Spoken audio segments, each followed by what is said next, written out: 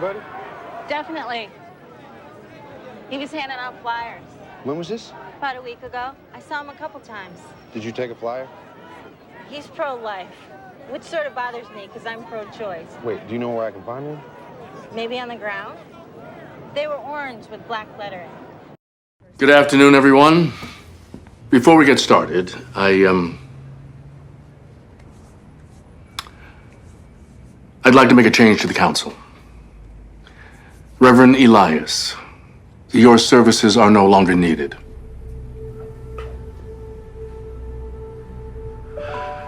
You can't do that. Actually, he can. And I support his decision.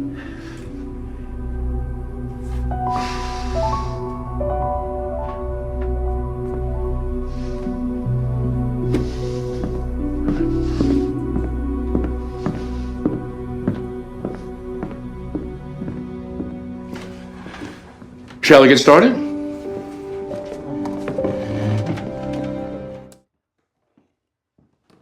I promise you, if he ever hits me, I will walk. Sure, if you're not lying on the floor somewhere. Okay, Laura, I got it. Jesus. He's definitely doing something shady. Why am I not surprised? Okay, but this time it's different. The dealership isn't doing that well, right? So he goes out and buys himself a new laptop, a new watch, like a really... That is my point. I don't know. But I have no problem calling the cops if it's something illegal, and I told him that. What is wrong with you, huh? Come pack a bag and stay with us. Livy would love it. Laura, I feel like I'm a failure. Mima, do not do that to yourself. Divorce is no big deal, trust me. Really. You're young. You're gonna meet somebody else. You got plenty of time. I do have an admirer. Okay, spill. So, I rented out the upstairs apartment to the phone repair guy. Wait a minute, what? I know. I don't know what I'm doing. He's a huge flirt. Is he cute? Very. Yep, that's what I thought. What? Well, your injection pump's definitely done. You're gonna need a new one. Oh, no. How long's it gonna take? These are vintage parts. I mean, it's gonna take me a while to get them, if I can get them. If? So my son, who doesn't even know how to crawl, I mean, he didn't. Was 2 years ago, and maybe he's older now. But he could just reappear in the fucking parking lot. And what if I'm not there? I mean, what if I'm not there when he comes back? What happens?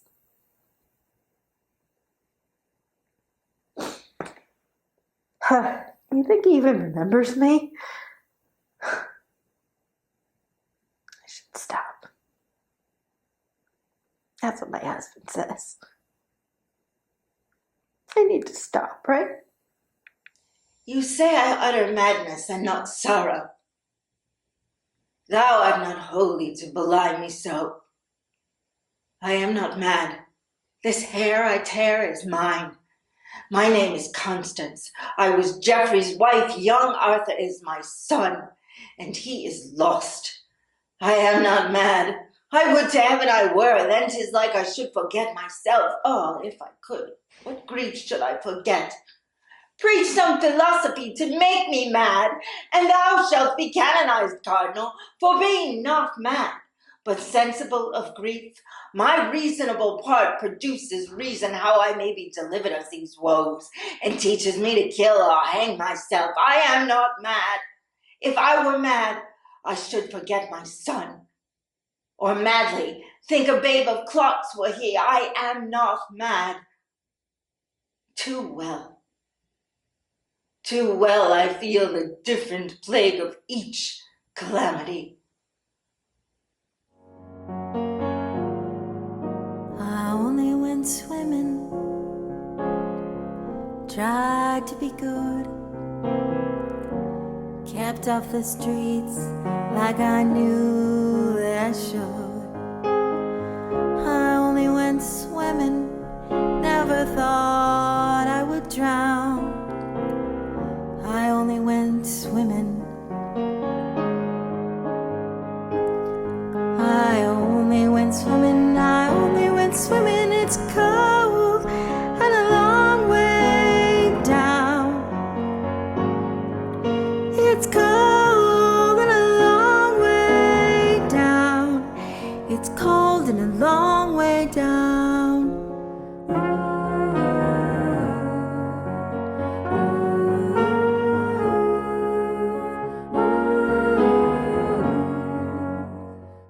Today we have, I look at this woman and I just smile because her smile is so infectious.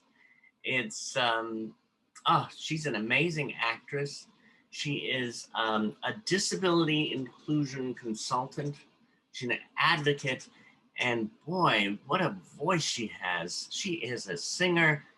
Christine Bruno. Hello, everyone. I'm so excited to be here, David. Thank you for having me. Oh my God. I mean, I've been looking forward to this. So I know we've been trying to make it happen for like 3 years.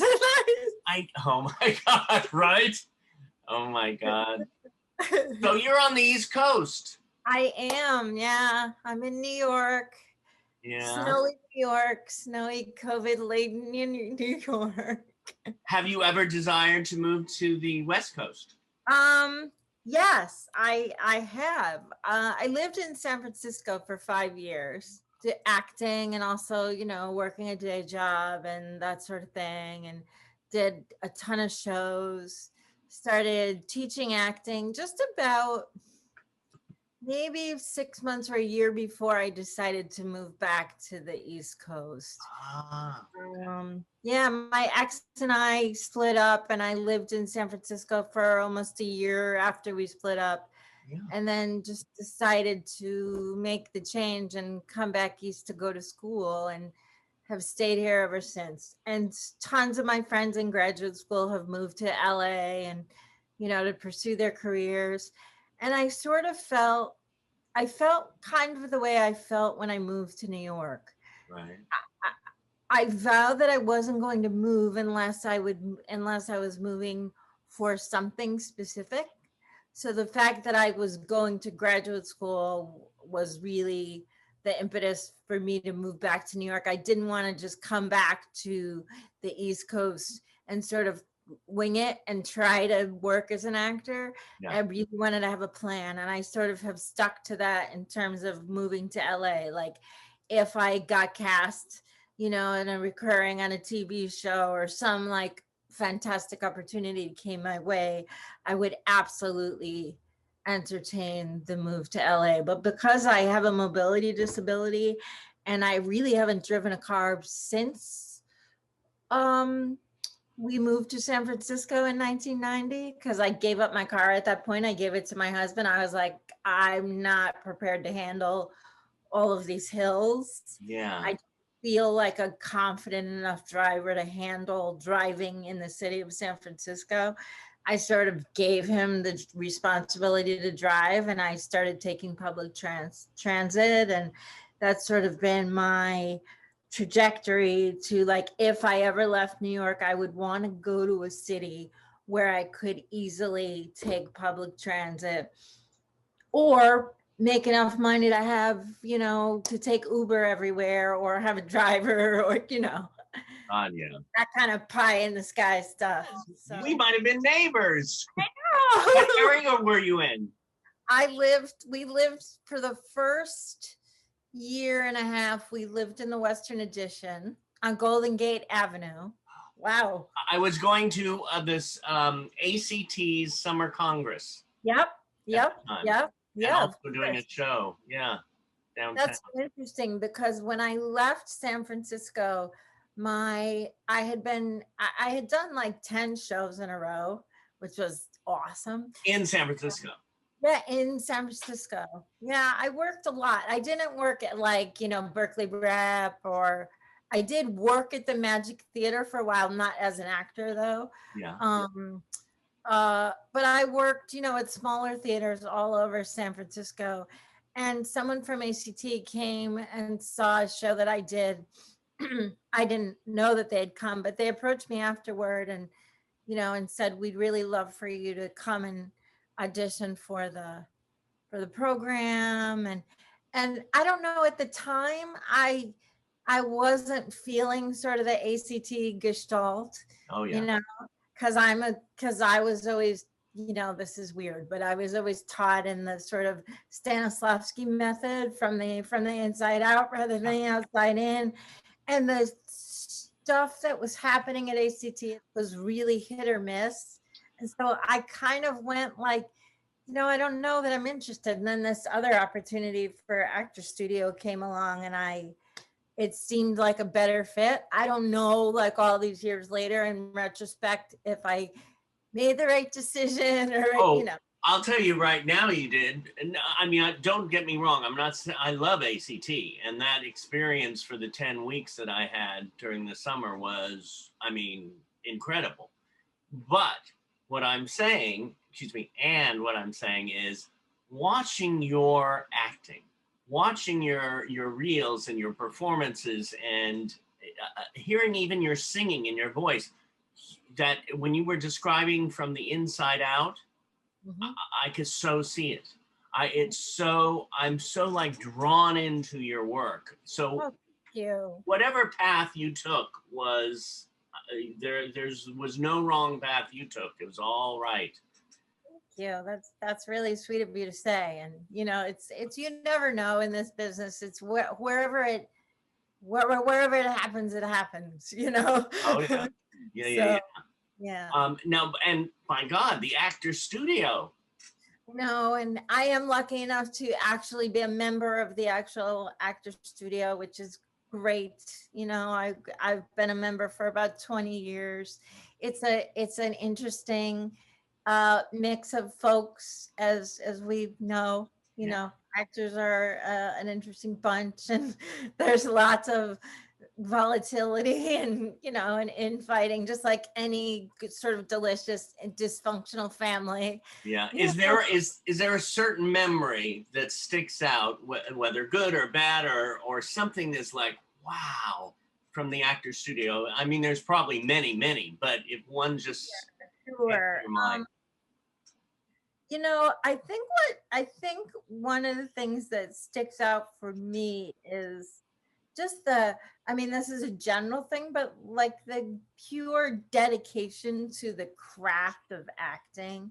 When the thing that I love so much about being a member of the Actor Studio is it's not about, and it was never designed this way, even, back in the 40s when they created the studio, it specifically was designed for professional actors who were working on Broadway or doing movies or television to go to this place, to have a gymnasium with their colleagues to work on things that they were either outside of their sort of quote unquote type to stretch themselves, or things that they were totally opposite of what they were doing. So maybe they were doing a TV show during the day and they wanted to come and or doing a Broadway show or a musical or whatever at night, and then during the day they wanted to come in and work on Shakespeare. Yeah. And so I love that about it, that it's all about the process and never about the result. And sometimes that's frustrating. Yeah. Because you might watch somebody work like a million times on the same thing, time after time after time, and they're just working on like one little aspect of the character, or they might do an improv and you're like, when are we going to get to something? Because those things they don't usually lead to a production. Although that's changing with time, because that used to be like a major tenet of the studio, is like, we don't do work here. We might do workshops for ourselves, but we don't, the point is not to show the work to the outside world, because we're not trying to be result oriented. Do you know what I mean? Mm-hmm. So that's great about it, because there's no pressure in that way. Yeah. But also, like anything, you work on something forever. You're like, oh, I want to have a chance to show this. Yeah, of So course. it's interesting. And I think the other thing is, and this is just geeky fangirl stuff, and still like 20 years later, I'm still not used to it. Like, it's interesting having, you know, the MFA program and the studio itself are two different things, but a lot of our instructors or workshop instructors are, you know, like Estelle Parsons and Ellen Burstyn, and, you know, so Arthur Penn, Vivian Nathan, which probably none of your listeners know who she was, but like They should this look them up. amazing actor who's, you know, since passed away, and people like Martin Landau. And so the opportunity to I think one of the funniest things is, and this was just happened, I guess it was last year, maybe, no, because we've lost a year. I keep forgetting, like when you say last year, you have to like, it's like, no, the year before, because we've all lost this year. It was like the year before last, I was sitting, oh, I know what it was. It was the day after Trump got elected. Oh. We had session at the studio, because we have sessions 2 days a week in the morning. And we had session, and I always sit in the front row. That they always reserve a seat for me in the front row, so I don't have to walk up the stairs. And I went to sit in the front row, and the moderator, we have a moderator. So the way it works is, it's like we have session, it's 2 hours, and we have 2 scenes a day. And the scenes are moderated by a moderator, and we have maybe a group of 7 or 8 regular moderators, right? Estelle, Ellen, we have people like Stephen Lang and Harvey Keitel, and sometimes Al Pacino will come and moderate. So yeah, it's great. So on this day, I walk in, and of course everybody is, you know, morose and wanting to, you know, really like stick their head in the sand.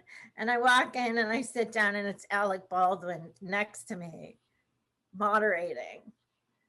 You know, and I've met him before because he's there and he's moderated a couple of times, but it was about an hour into the session. It was during the break.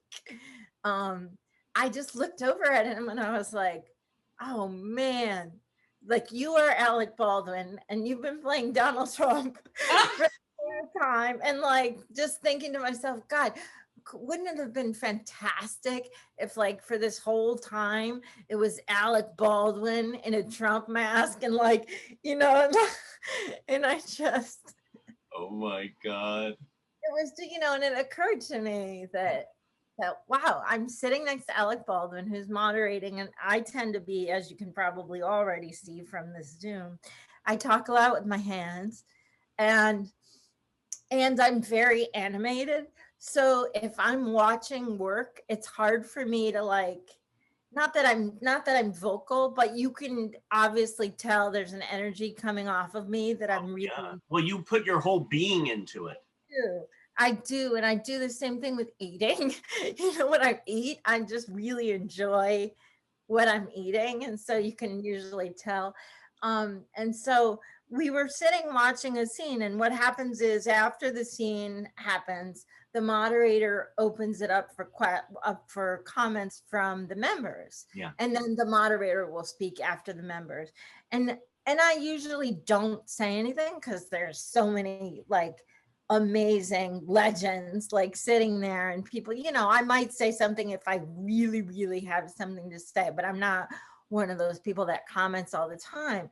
But I had something to say, and I was reluctant to say it. And Alec turned to me and he was like, you seem like you have something to say. I can feel this energy coming off of you. What is it that you have to say?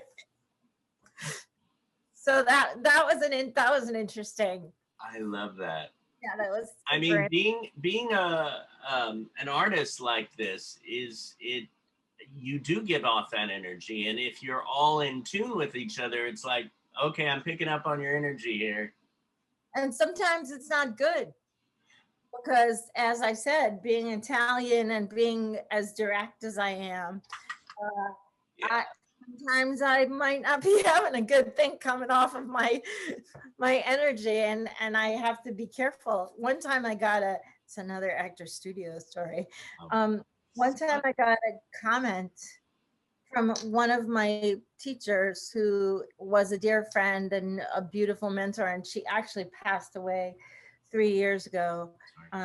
Amazing acting teacher named Elizabeth Kemp.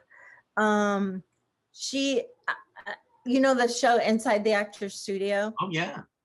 So Inside the Actors Studio was a class that we had every Friday. It was a required class that we had to go to. Yeah. And watch the tapings, because the tapings were like sometimes they were 5 hours long, and then Jim would edit them down to an hour, right, for the show. And I was always like in the front row or the second row again, because I would come in early with the scooter and get my seats and everything. So I always got a lot of screen time. I used to laugh because I would say, well, you could tell like the time period from my hairdo, and like, and if I'd gotten residuals from the amount of screen time that I got during those 3 years, I'd own an apartment by now. Right. Yeah. So, I remember one time, and I don't want to say who the guest was, but I loved Jim, but a lot of us had a very interesting relationship with Jim Lipton, the moderator, who's passed on. He passed on right at the beginning of the pandemic. He was great in a lot of ways, but he also, as most people would say, was really frustrating in a lot of ways. Like he had his viewpoints. He did, and the way he was as a moderator, and it used to drive me crazy that he would never let the guest speak. Like he would invite them to speak, and then he would like go back to his blue cards. He had the blue cards. And he wouldn't go with the flow of the conversation. Good at going. He wasn't like God bless this. Charlie Rose was good at that. Whatever, Charlie Rose is canceled, but Charlie Rose was really good at that. Like he would start the conversation, and if the guest wanted to go somewhere else, he was happy to go there. Jim was not so great about going with the flow. Right. And it used to really annoy me. So, and as you know, David, I don't really have a poker face. No, you're honest. I am, but it's not good. Like sometimes show your honesty. You really need the poker face, right? So my friend Elizabeth, my mentor, pulled me aside one day, and she said, I have to tell you something. I said, what? She said, I was in the editing room, because Jim used to have an editing studio in his apartment, in his townhouse. It's where he would go, he would do the episode, and then he did all the editing himself. So he would go and view everything, every inch of whoever the guest was that week, all like 3 hours or 4 hours. Of Dustin Hoffman, it was 5.5 hours. The security guy had to come at 1 o'clock in the morning and like tell us that we had to stop because they shut the building. So was there like a break at all? You just went? No, he just went like literally. It was 7. We started at 7. I think we ended at like 12:30 or maybe 1. I think it was 1 in the morning. I mean, we were all like riveted, Yeah. Well, that reminds me of my acting classes with Corey Allen. We started at 7 p.m. and we were finished around 1. Oh yeah. Yeah. I mean, those were the days too. You can't get away with that now, but yeah, so she said to me, she said, listen, I have to tell you, I was in the editing studio the other day for this one particular guest. And she said, and there's a very clear shot of you. Jim made some comment and you rolled your eyes. Oh! Really, really, really clear shot of you rolling your eyes. So she was just like, just be careful about your reactions because you are so reactive and because you're right in the front row, Like you're going to get, that's going to happen a lot. So watch that. And I never forgot that she told me. Oh my God. Did Jim ever come up to you or you connect with him? Jim loved me. Yeah. He loved me. Yeah. I mean, but I was the only disabled student there at the time. So I think it was little dog and pony ish. You know what I mean? Like, I didn't really care. I kind of cared, but I did, but I didn't. Well, like, maybe you taught him something that day too. Maybe he picked up like, oh, maybe I shouldn't. Maybe he learned something. No, he didn't. Sorry, not. You know, I mean, it. You know, it was an interesting being the only disabled actor there, and also it was, you know, it was after the ADA, but it was before my sort of emergence as a advocate. Yeah. For myself and for other artists. Like I've been advocating for myself my whole life, but I wasn't clear on like legally like how to advocate, like what were my rights were legally. I just knew internally what I wanted to fight for. Yeah. So when I started graduate school, you know, we had all this dance training. We had Martha Graham, and like we were taught by the Alvin Ailey teachers. We had all of that stuff. I was not allowed to study that. Why? Because they didn't know how to teach me, and they refused to teach me. And they said they didn't know how because they couldn't deal with it. Right. And they said, you know, we can't teach her. We're not going to teach her. Yeah. And instead of me saying, no, you are legally bound to teach me, and the onus should not be on me. At that time, I didn't know how to advocate for myself in that way. And I guess, I don't know why I didn't do it, but I did know enough because I said, well, how the hell am I going to fulfill the movement requirement? Right. And the school said, oh no, that's okay. We'll just waive it.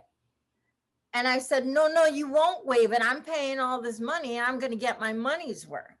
Good for you. I was like, we got to figure out a solution to this. If it's not movement, what am I going to do? I said, well, I'll become a double major, and I'll be an acting major and a directing major.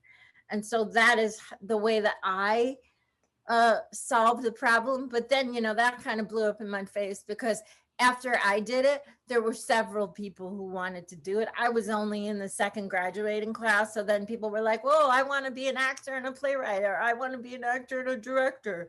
So we ended up having a bunch of double ups. And in retrospect, had I been more savvy or younger, I mean, because I'm sort of that generation without giving away my age, like we kind of still are left to our own devices to figure stuff out. Yeah. It wasn't like, oh, according to the ADA, you must XYZ. Yeah. You know, we were kind of still making it up, even though the ADA was, you know, several years old by then. You know, in retrospect, I probably would have fought to say like, hey, you must figure out a way to adapt these classes so that I can get the benefit of them. Like, because I didn't get to do ballroom. I didn't get to do Martha Graham or any of the things that, you know. Right. So, well, what's so interesting from that, you became an advocate. You work at the SAG after New York local board PWD committee, right? You're the committee chair. The freelance disability consultation for the cultural plan for the city of New York. The advocate for Tony honor winning nonprofit inclusion of the arts from 2005 to 2019. So you just exploded on that realm. Mm-hmm. Yep. Yeah. And I have to say, you know, that part of it, I have to credit Sharon Jensen with, who was the executive director of Inclusion in the Arts from 1989 to its closure in 2017. I have to credit her with that because in 2005, she and Ray Bradford, who I know you know, Oh, yeah. she and Ray Bradford put together a program, which was with AFTRA and the Non-Traditional Casting Project, which later became Inclusion in the Arts. At the time, it was called Creativity and Assistive Technology. Right. So it was how to marry assistive technology with the arts, like, you know, actors who might use assistive technology. So there was like an assistive technology component to the symposium, and then there was like a showcase component.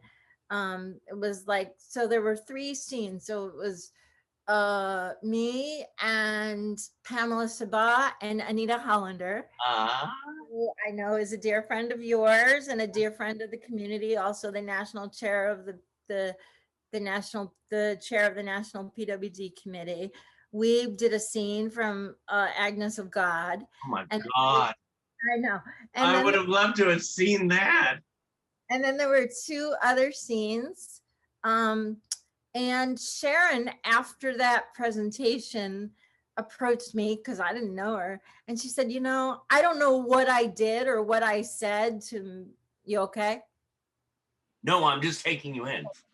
I don't know what I did or what I said to sort of spark the interest in me, but she called me. I remember I was vacationing in Northern California. I was in Napa Valley with a friend at the time. That's right. She called me and she said, you know, you made a real impression on me during the showcase, and you are very articulate, and I think you might be a good fit for my organization. She said, we have a position, it's for a part-time disability advocate, and the person that we did have had to leave, and I think you might be a good fit. And that was in like July of 2005 that I started. And I remember that first meeting with her saying, yeah, I'm happy to, to take this on, provided you understand that I'm an actor first and foremost, which later became an issue for her. But, you know, I said, you know, as long as I can also put myself forward in the pool of actors for jobs, obviously I'm not going to give myself, you know, unfair advantage, but I just want to be part of that mix. Yeah. And she agreed to that. And I mean, the position was nothing when I started. Like, and you built it up. I built it from pretty much nothing to what it was, to what it still is, because I'm doing the same thing now. I'm just doing it as an independent contractor.